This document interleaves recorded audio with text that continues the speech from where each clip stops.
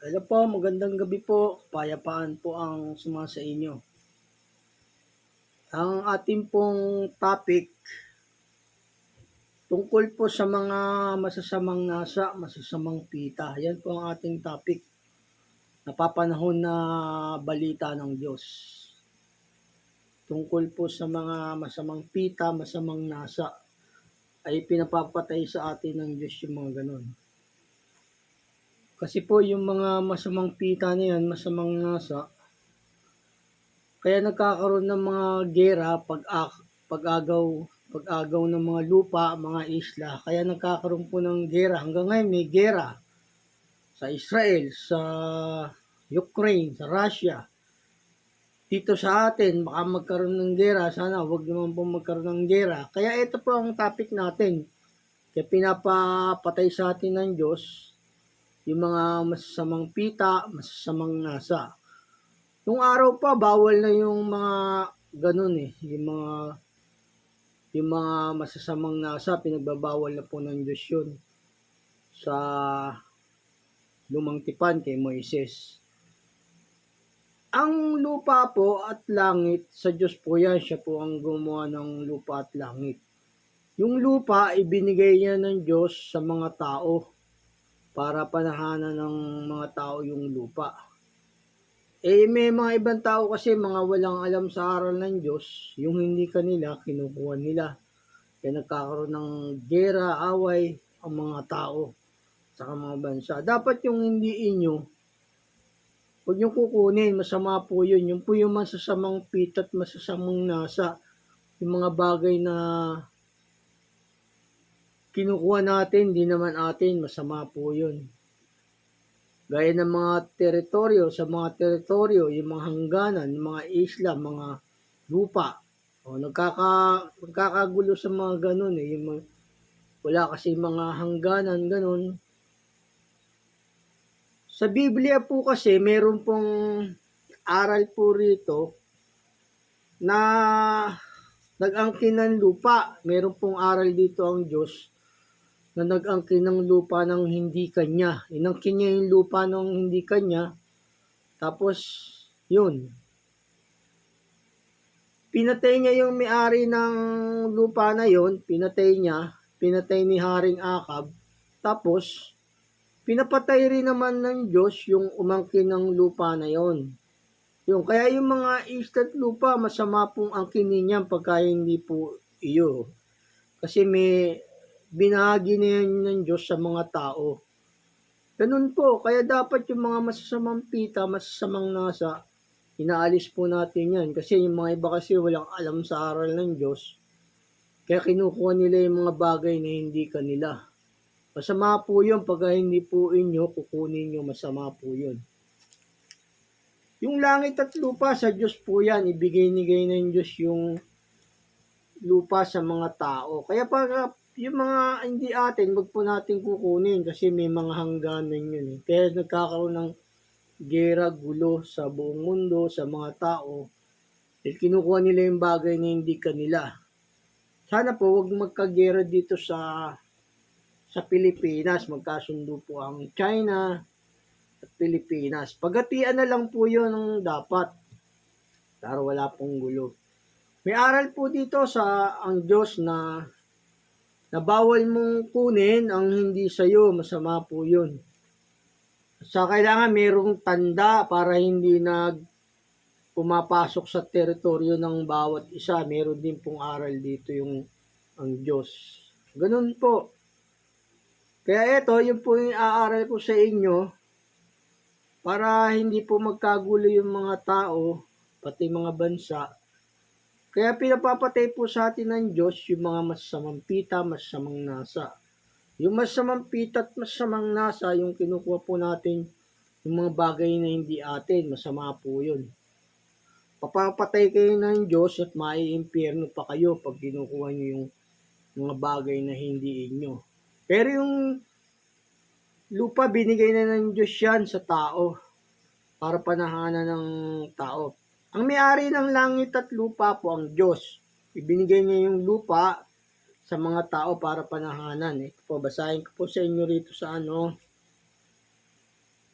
sa may mga awit. Siyang gumawa ng langit at lupa, ang Diyos. Dito muna, basahin ko muna rito sa inyo sa Isaiah 66, Kapitulo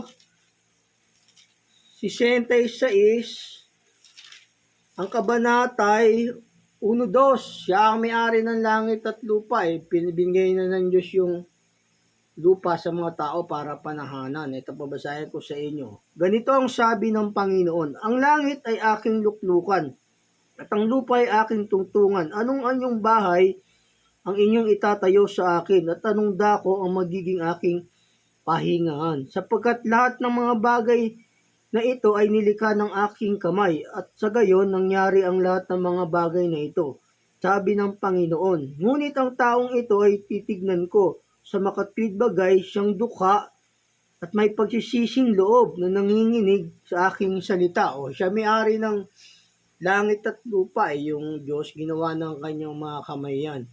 Ibinigay ng Diyos yan sa mga tao para panahanan ng tao. May mga tao kasi inaangkin nila yung kanilang hindi kanya Katulad na nangyayari sa mga bansa-bansa, inaangkin nila yung bagay na hindi kanila. Kaya nagkakagera tuloy. Kaya sana wag magkagera. Kaya ito, naaral ko po sa inyo to, ang turo ng Diyos. Kasi mga bagay na ganun, kinuha mong hindi iyo, masama po yun. Pinapapatay ng Diyos, o pati mga impyerno pa siya.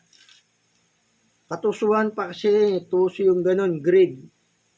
Ito, binigay ng Diyos yung, yung lupa sa mga tao. Ito po, basahin ko sa inyo turo sa Gawa 17 rin.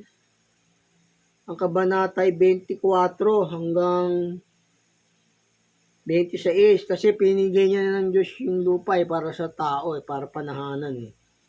Ang Diyos na gumawa ng sanlibutan at lahat ng mga bagay na narito, siya'y palibhas sa Panginoon ng langit at ng lupa, ay hindi tumatahan sa mga templong ginawa ng mga kamay. Hindi rin naman pinaglilingkuran siya ng mga kamay ng tao, na para bagang siya'y nangangailangan ng anumang bagay.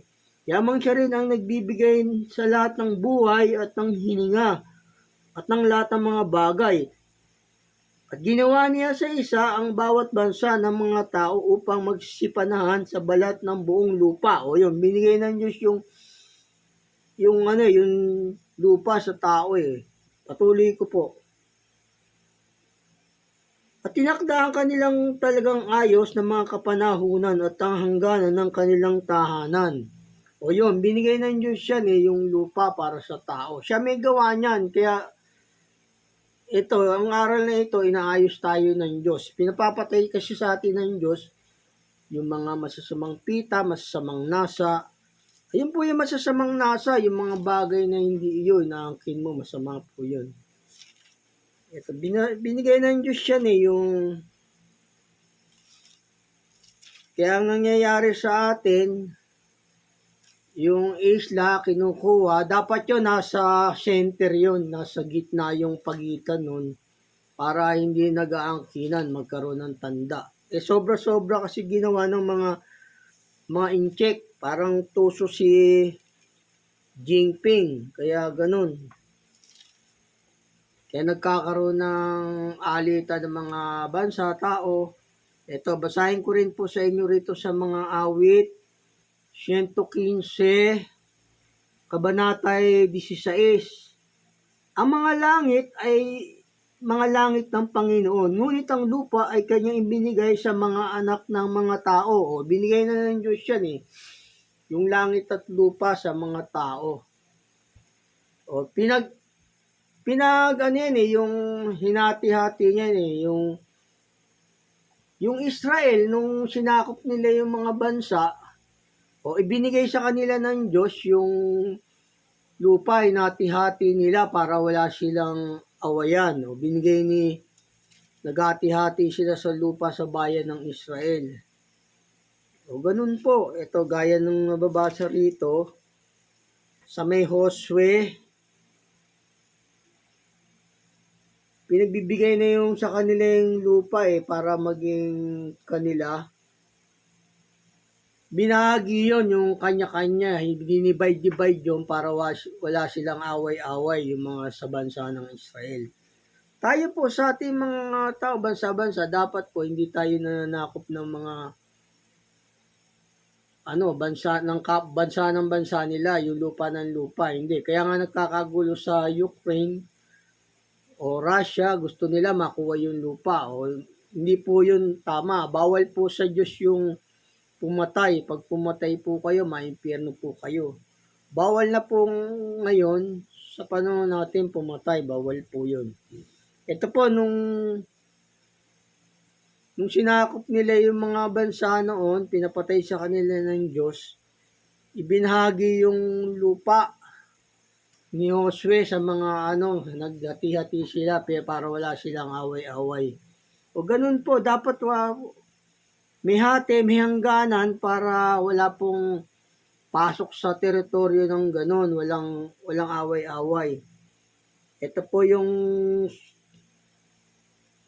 sulat kay Josue 1,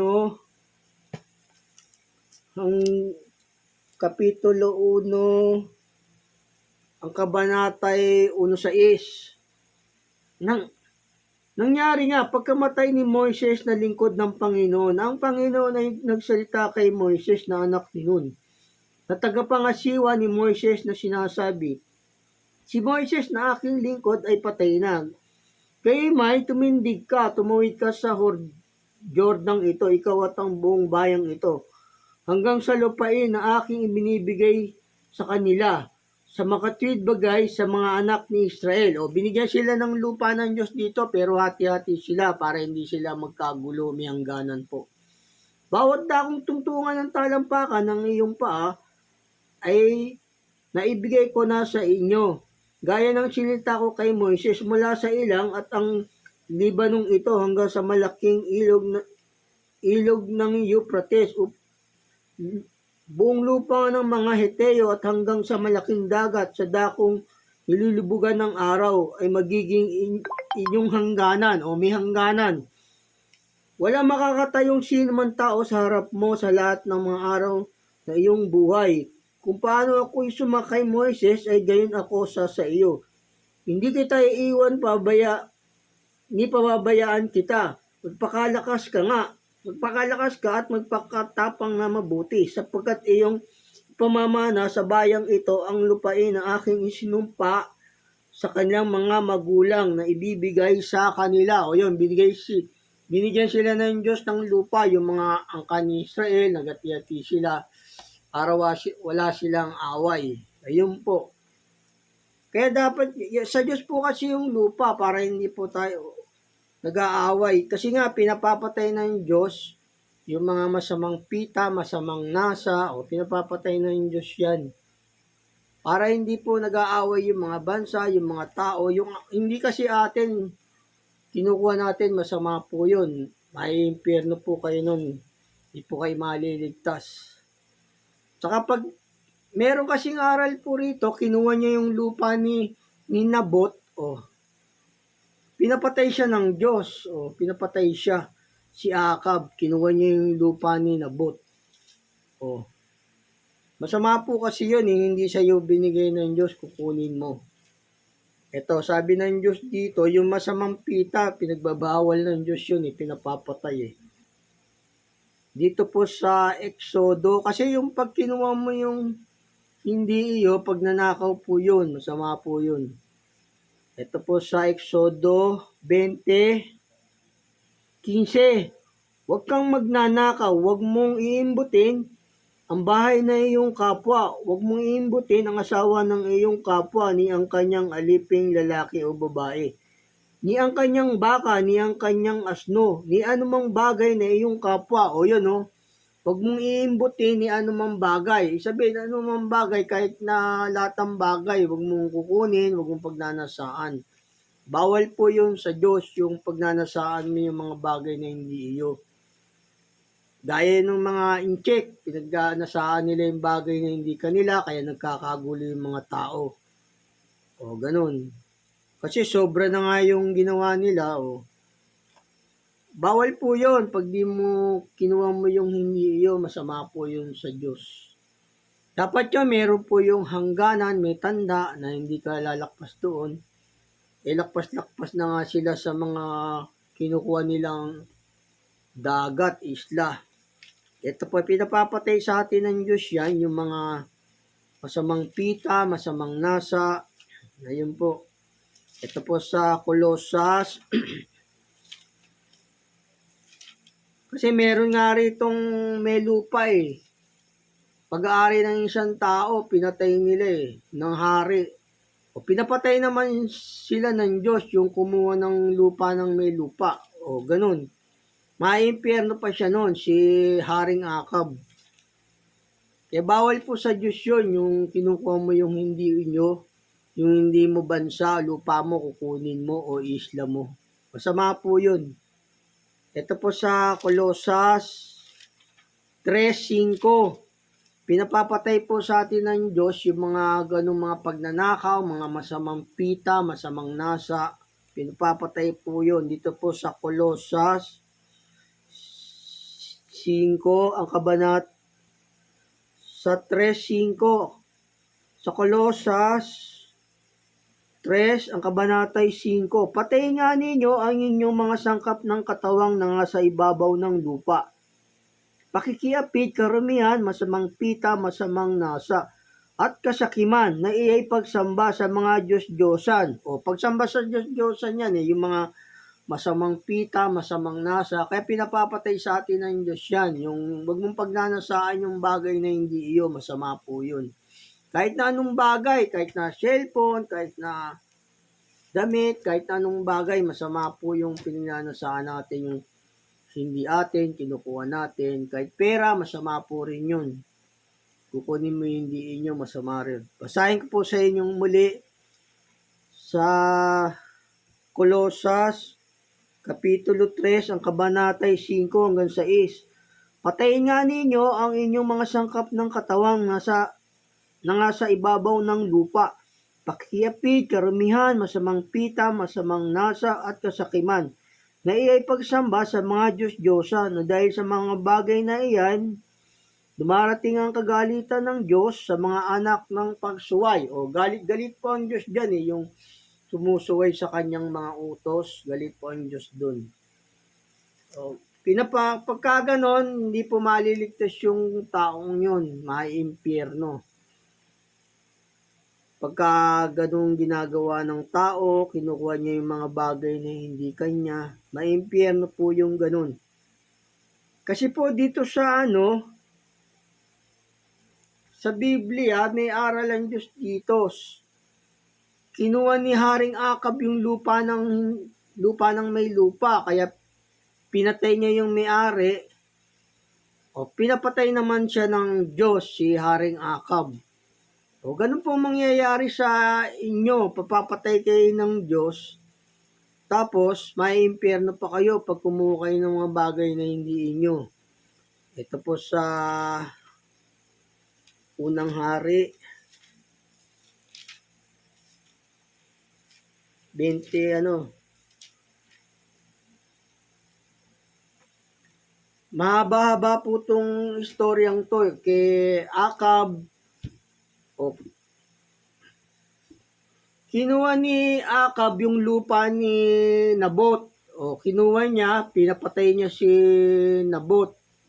Kumuha ng mga saksi, ng mga masasamang sinungaling, tapos pinapatay niya yung may-ari ng lupa. O, parang yung mga nangyayari sa mga bansa, kinukuha nila yung mga lupa-lupa ng hindi kanila. Bawal na po sa Diyos ngayon yun, yung kukunin mo yung mga lupa ng bansa tapos sasakupin mo. Bawal na po sa Diyos yun. Dati po nung araw, nung kapanahunan ni Moises, dahil kinukuha nila yung mga lupa-lupa ng mga taong masasama, pinapapatay ng Diyos. Pero sa ngayon po, bawal na po yun. Bawal na po yung sasakupin mo yung bansa, tapos kukunin mo yung lupa, bawal na po sa Diyos yun. Sabi nga, makipagkaisa ng sanlibutan. Kasi Nilinis na tayo ng Diyos sa ating mga kasalanan eh. Tinubos na tayo ng Panginoong Yesus eh. Kaya sabi ng Diyos, makipagkaisa na sa anak dahil lahat ng Diyos, lahat ng nasa sanlibutan sa Diyos yan eh. Ito, bawal po kasing kunin na yung mga lupa-lupa ngayon, yung gera-gera, bawal na po sa Diyos yun. Gigirahin mo, tapos kukunin mo yung lupa, bawal na po sa Diyos yun ngayon sa batas ng Panginoong Yesus. Kaya nga sabi nga, makipag-isa ang sanlibutan eh. Hindi na ibibilang sa kanila ang kanilang mga kasalanan. Bawal na po sa Diyos yun, yung pasukin mo yung bansa ng bansa. Galit na po ang Diyos doon. Kasi nilinis na tayo ng Panginoong Yesus sa ating mga kasalanan. Tinubos na tayo para tayo magkaisa na, sa Diyos. Kasi lahat ng tao sa Diyos yan eh. Sa Diyos po yung lahat ng tao. Bawal na pong pasukin yung mga bansa-bansa, bawal na po ngayon sa Diyos yun. Nung araw po, pwede po yun, nung panahonan po ni Moises. Nung hindi pa tayo nalilinis ng Panginoong Yesus, pinapapatay yung mga bansang makasalanan, mga sumasamba sa ribulto. Pero nung natubos na tayo ng Panginoong Yesus sa mga kasalanan natin, bawal na pong pasukin yung mga bansa-bansa, tapos angkinin mo yung lupa, bawal na po ngayon yun sa Diyos. Kaya nga sabi, makipagkasundo ang sanlibutan sa Kanya eh. Hindi na ibibilang sa kanila ang kanilang makasalanan. O basahin ko muna po sa inyo rito, bago ko po basahin sa inyo yung istorya ni Nabot sa ni Akab na kinuha niya yung lupa. Ito po sa ikalawang Korinto,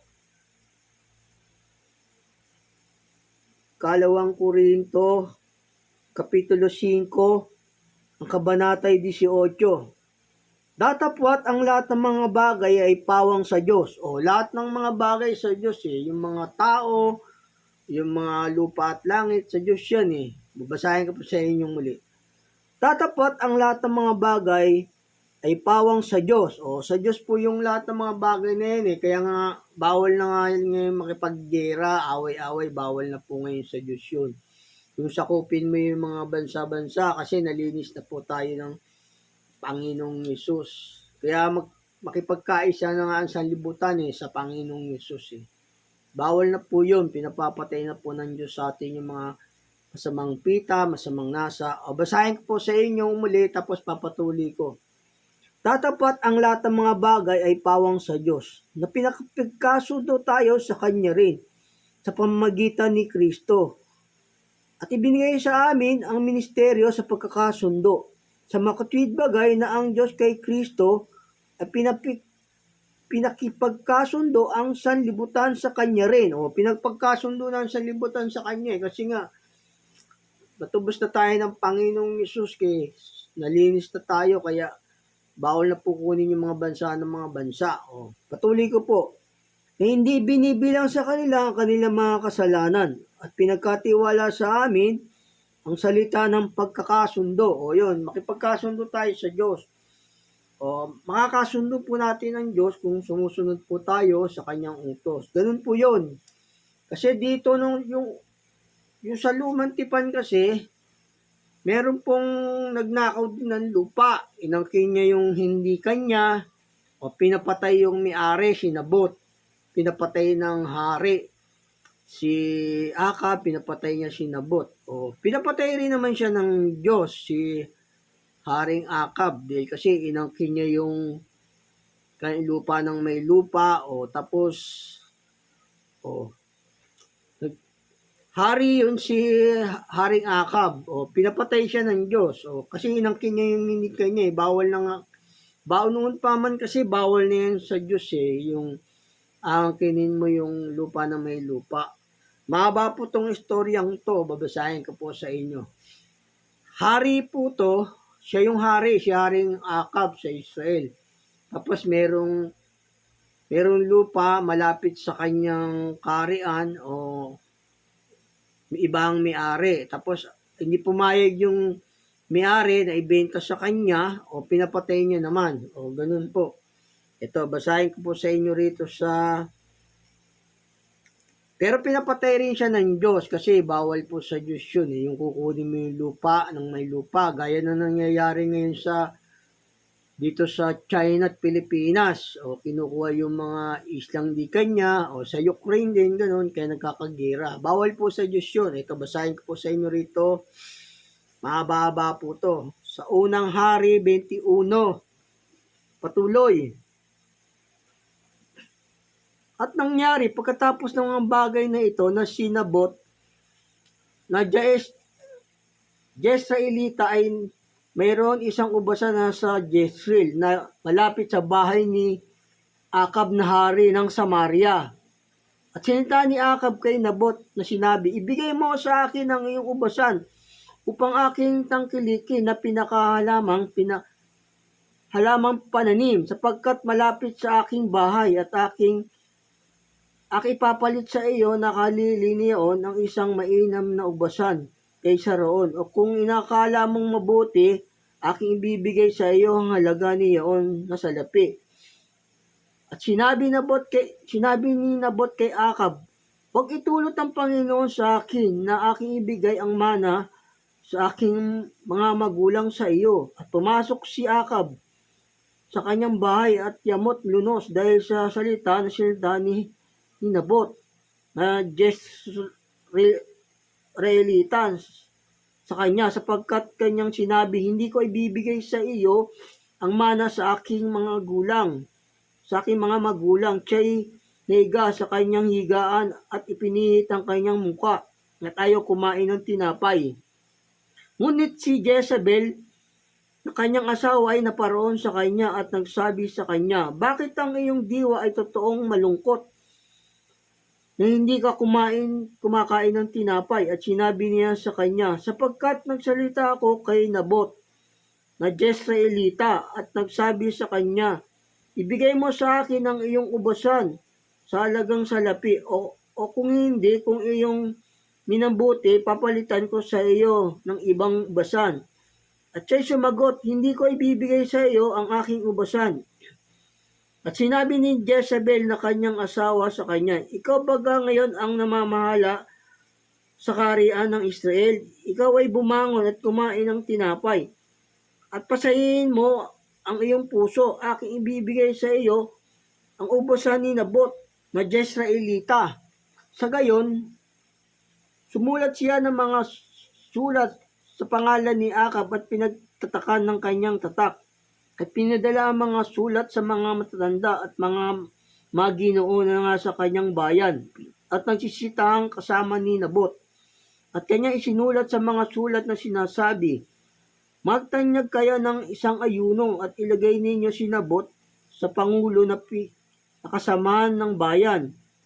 At lumagay ang dalawang lalaki na mga hamak na tao sa harap niya at magsisaksi laban sa kanya na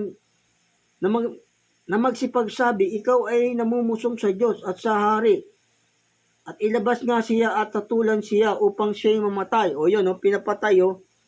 Patulan siya upang siya'y mamatay. O pinapatay si Nabot, yung may-ari ng lupa. O patuloy ko po. At ginawa ng mga tao sa kanyang bayan sa makibagay ng mga matanda ng mga maginoo na nagsisitahan sa kanyang bayan. Kung ano ang ipinag-utos ni Jezebel sa kanila, ayon sa nangasulat sa mga aklat na kanyang pinadala sa kanila. Sila ay nagtanyag ng isang ayuno at nilagay si Nabot sa pangulo ng kasamahan ng bayan at ang dalawang lalaki na mga hamak na tao nagsipagpasok at nagsiupo sa harap niya at ang mga lalaki na hamak ay nagsisaksi laban sa kanya sa makatibagay laban kay Nabot sa harap ng bayan na nagsipagsabi, si Nabot ay namumusong sa Diyos at sa hari na magkagayaw inilabas nila sa bayan at binato nila siya ng mga bato. Ano pat siya'y namatay o pinatay yung may-ari ng lupa kinuha ni Haring Akab yung lupa ng may lupa. O pinapatay naman din siya ng Diyos kasi pinatay niya yung may-ari ng ubasan, kinuha niya yung lupa. O pinapatay rin naman siya ng Diyos. Patuloy ko po. Nang magkagayon, sila ay nagsipagsugo kay Jezebel, nagsipagsabi, si Nabot ay pinagbatuan at patay. At nangyari ng mabalitaan ni Jezebel, si Nabot ay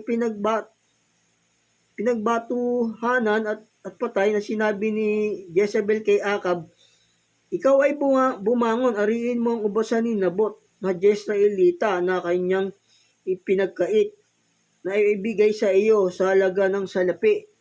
Sapagkat si Nabot ay hindi buhay kundi patay. At nangyari ng mabalitaan ni Akab na patay na si Nabot, na bumangon si Akab na bumaba sa ubasan ni Nabot na Jezreelita upang ariin. At ang salita ng Panginoon ay dumating kay Elias na Tisbita na nagsabi, bumangon ka, panaugin mong salubungin si Akab na hari ng Israel na tumatahan sa Samaria. Narito siya'y nasa ubasan ni Nabot na kanyang pinanaog upang ariin. At iyong salitain sa kanya na sabihin, ganito ang sabi ng Panginoon, iyo bang pinatay at iyo rin namang inari? O yung pinapatay niya yung may-ari ng lupa, o ito sabi sa kanya ng Diyos. At iyong sasalitain sa kanya na sasabihin, ganito ang sabi ng Panginoon, sa dakong pinaghimura ng mga aso ng dugo ni Nabot, ay himuran ng mga aso ang iyong dugo. Sa mga bagay ang iyong dugo. At sinabi ni Akab kay Elias, nasumpungan mo ba ako o aking kaaway? At sumagot siya, nasumpungan kita sapagkat ikaw ay napabili upang gumawa ng kasamaan sa panginingin ng Panginoon. Narito, aking dadalan ng kasamaan ka, at aking lubos na papalisin ka, at aking hihiwalay kay Akab ang bawat anak na lalaki, at ang nakukulong at ang naiwan sa kaluwangan sa Israel. At aking agawin ng iyong sambayan na gaya ng sambayan ni Jeroboam na anak ni Nabat, gaya ng sambayan ni Baasa na anak ni Ahiyas, dahil sa pamumungkahi na iyong inimungkahi sa akin sa galit, at iyong pinapagkasala ang Israel. At tungkol kay Jezebel ay nagsalita naman ng Panginoon na nagsabi, lalapain ng mga aso si Jezebel sa tabi ng kuta ng Jezreel. At ang mamatay kay Akab sa bayan ay lalapain ng mga aso, at ang mamatay sa parang tutukay ng mga ibon sa iyong papawid. Ngunit walang gaya ni Akab na nagbili ng sarili upang gumawa ng kasamaan sa paningin ng Panginoon. At hiningkayat si Jezebel ng kanyang asawa, at siya'y gumawa ng totoong karumal-dumal sa pagsunod sa mga Diyos-Diyosan ayon sa lahat ng ginawa ng mga Amoreo na pinilayas ng Panginoon sa harap ng mga anak ni Israel. At nangyari nang marinig ni Akab ang mga salitang yaon, na kanyang hinapak ang kanyang mga damit at ang suot ng kanyang kayong magaspang sa kanyang katawan, at nag-ayuno at nahiga sa kayong magaspang at lumakad na marahan. At ang salita ng Panginoon ay dumating kay Elias na Tisbita. Ayun po. O, pinapatay rin si Akab, kasi nga pinapatay niya yung may-ari ng lupa. Pinapatay niya yung may-ari ng lupa, kaya pinapatay din siya. O pinapatay niya yung may-ari ng ubasan, si Jacob, inari niya yung lupa. Ganun po yun. Pagka yung inaari nating lupa ng may lupa, o isla ng may isla, o mga bagay ng ating kapwa, bawal po sa Diyos yun. Nagkakasala kayo sa Diyos nun. Ito, yung kinuha yung ubasan, yung lupa ni Nabot, kinuha ni Haring Akab, pinatay niya si Nabot, o pinapatay naman siya ng Diyos si Haring Akab. Ito po, pinapatay kasi kinuha niya yung lupa ng may lupa, ni Haring Akab, kay Nabot. Pinapatay naman siya ng Diyos. Ganun po, masama po yung umaangkin na may lupa ng may lupa, o isla ng may isla. Sama po yun sa Diyos. Ito po sa may 9:30 ng ikalawang hari, pinapatay si Haring Akab naman. 9:30 ng ikalawang hari. Ito po sa may, yung kumuha ng lupa, inangkin niya yung lupa ng may lupa, o pinatay niya yung may-ari ng may lupa, pinapatay naman siya ng Diyos. O ito po, basahin, pinapatay si Haring Akab dahil kinuha yung may-ari ng lupa. Ito po, sa may ikalawang hari, Kapitulo 9, ang kabanatay 30, patuloy. At ang si Jehu,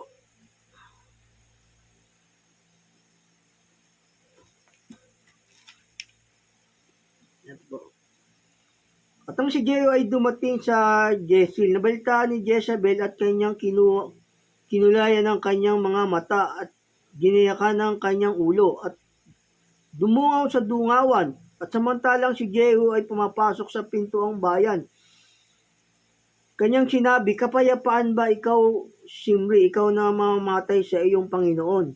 At kanyang itiningala ang kanyang muka sa dungawan at nagsabi, sino ang saganang akin? Sino? At dinungaw siya ng 2 sa 3 bating. At kanyang sinabi, ibagsak ninyo. Sa gayon, ibinagsak nila siya at ang iba sa kanyang dugo ay pumilansik sa pader at sa mga kabayo at siya'y kanyang niyapakan ng paa. At pagkapasok niya siya, kumain at uminom at kanyang sinabi, tignan ninyo ngayon, sinumpang babaeng ito at ilibing ninyo siya sapagkat anak ng hari.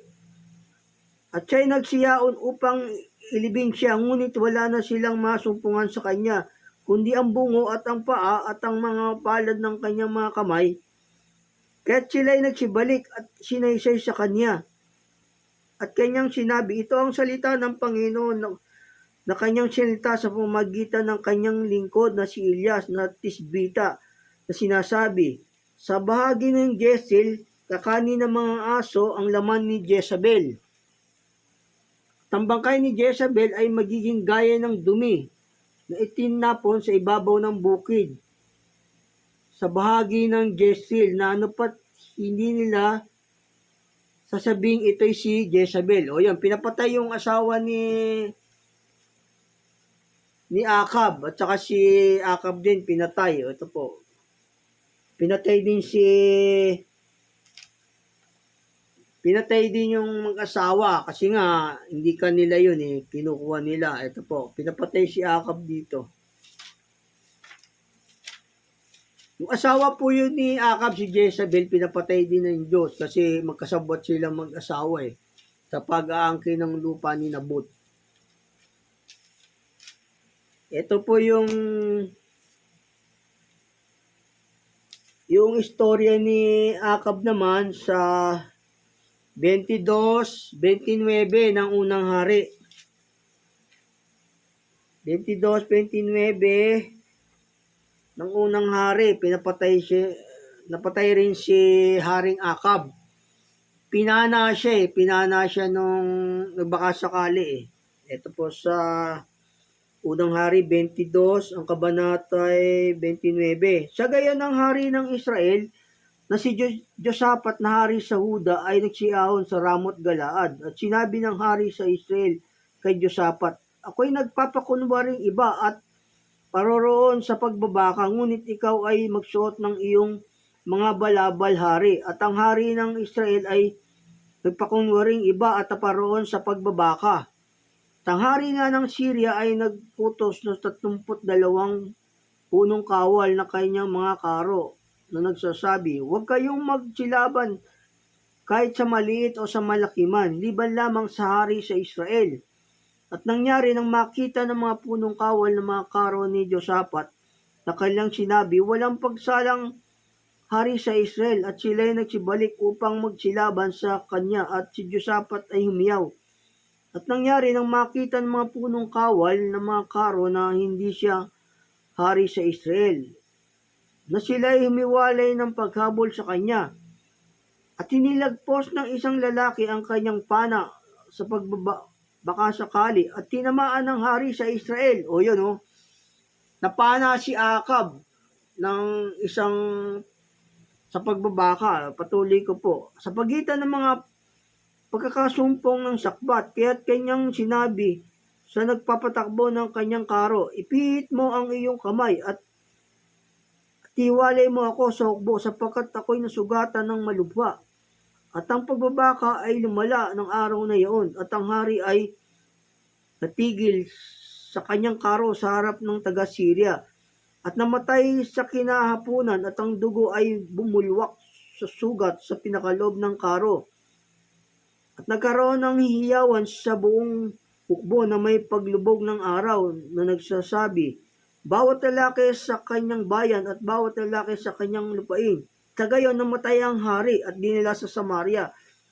At kanilang inilibing ang hari ng Samaria at kanilang sinugatan ang karo sa tabi ng tangke ng Samaria. At tinimura ng mga aso ang kanyang dugo. Ang mga mamasamang babae ay nagsipagligo roon ayon sa salita ng Panginoon ng kanyang salita. At ang iba nga sa mga gawa ni Akab at ang lahat niyang ginawa at ang bahay na gari na kanyang itinayo at ang lahat ng bayan na kanyang itinayo, di ba nasusulat sa aklat ng alaala sa mga hari sa Israel. Sa gayon natulog si Akab na kasama ng kanyang mga magulang at si Ochias na kanyang anak ay nagharing kalili niya. O yun, namatay din si Akab, pinapatay ng Diyos sa hari sa Syria, sa mga kawal ng hari ng Syria. O yun, yun po, kaya yung masama po yun, yung inaangkin nyo yung mga lupa ng mga lupa, yung mga bahay ng mga bahay. Nagkakasala na kayo sa Diyos o papatay pa kayo ng Diyos, maimpyerno pa kayo pag inangkin kayo ng mga lupa. Ganun po yun, bawal po yun sa Diyos. Kaya ito po na itinuro po sa atin ng Diyos to, para hindi po tayo magnasa ng mga masasamang bagay, masasamang pita. O, yun po.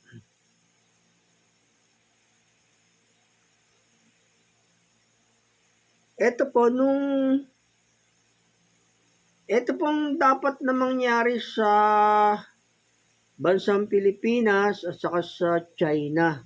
Ito pong maganda magkaroon ng pagitan, hangganan sa dagat, sa gitna, na mayroong tanda. Gaya ng nangyari dito kay Isaac. Nagkaroon sila ng tanda na hindi nila lalakpasan ng bawat isa sa kanilang hangganan.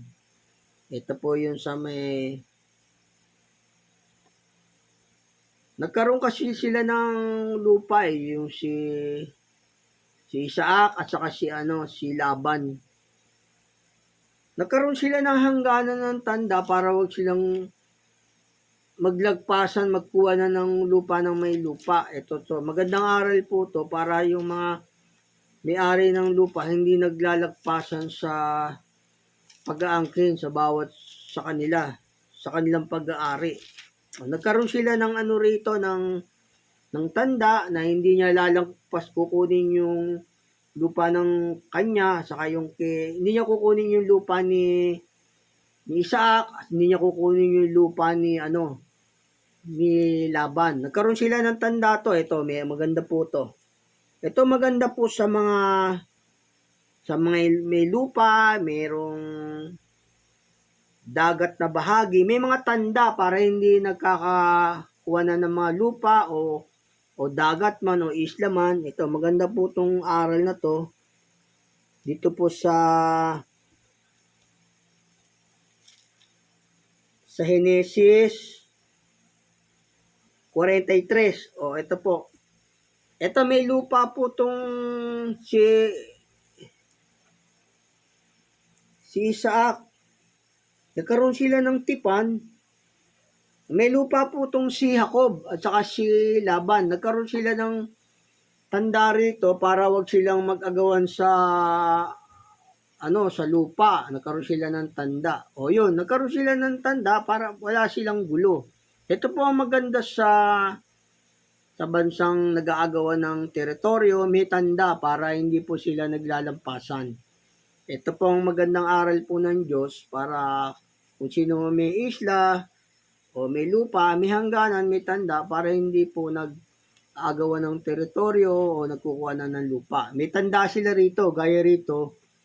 dapat magkaroon ng tanda, gaya rito, meron silang tanda si Jacob at saka si Laban. Ito, basahin ko po sa inyo po. Ito po ang huling verse na babasahin ko sa inyo para yung sa mga merong lupa o may mga islaman o para hindi po nag-aagawan ng mga teritoryo o kumukuha ng lupa ng hindi kanya. O ito po. God bless po. Ito po sa Genesis 31:43 patuloy. At sumagot si Laban at sinabi kay Jacob, ang mga anak ng babaeng ito ay aking mga anak at itong mga anak ay mga anak ko at ang mga kawan ay mga kawan ko. Ang lahat ng iyong nakikita ay akin at anong magagawa ko ngayon sa mga anak kong babae o sa kanilang mga anak na ipinanganak nila. Sa gayon, halika gumawa sa ngayon na halika gumawa tayo ng isang tipan. Ako't ikaw ay magiging patotoo sa akin at sa iyo.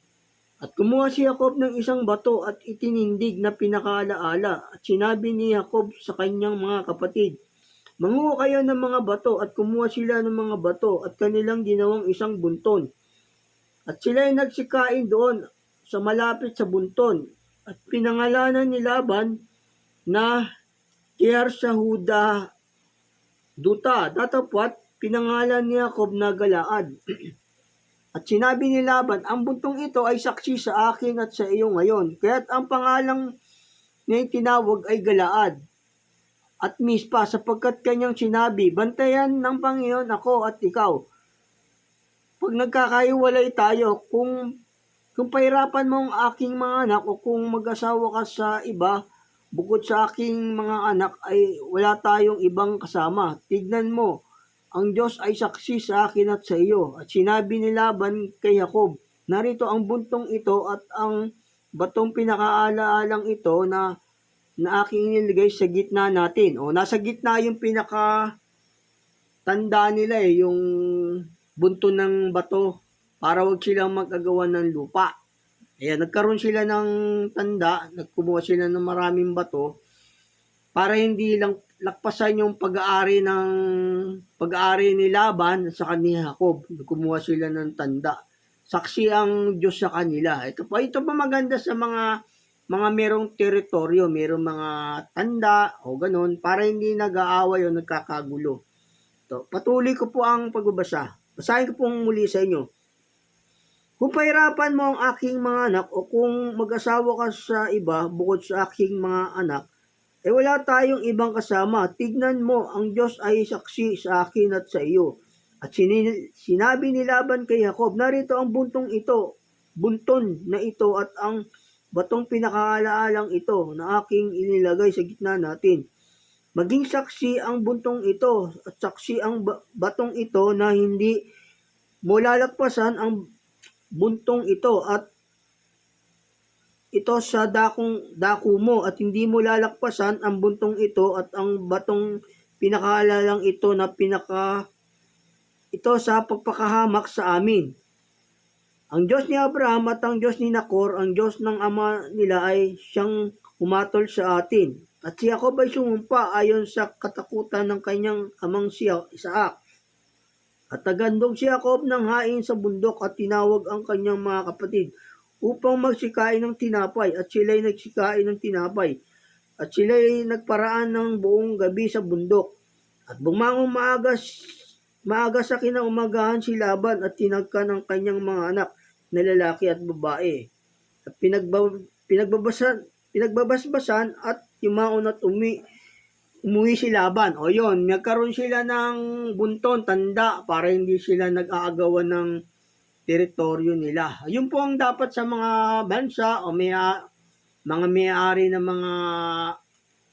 mga dagat o isla para hindi po nagkakaroon ng gulo at gera sa buong mundo. Kasi masama po yun, yung kinukuha mo yung hindi iyo, o masama po yun sa Diyos, bawal po yun sa Diyos. Pinapapatay po sa atin ng Diyos yun. God bless po, sana po naunawaan nyo.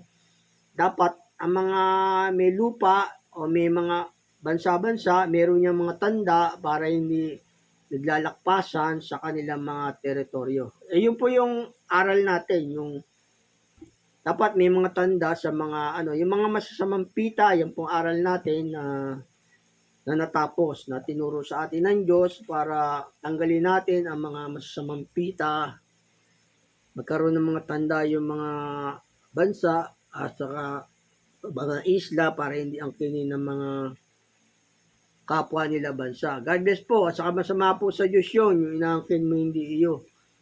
Maimpyerno na kayo o papatay pa kayo ng Diyos. God bless po. Salamat po.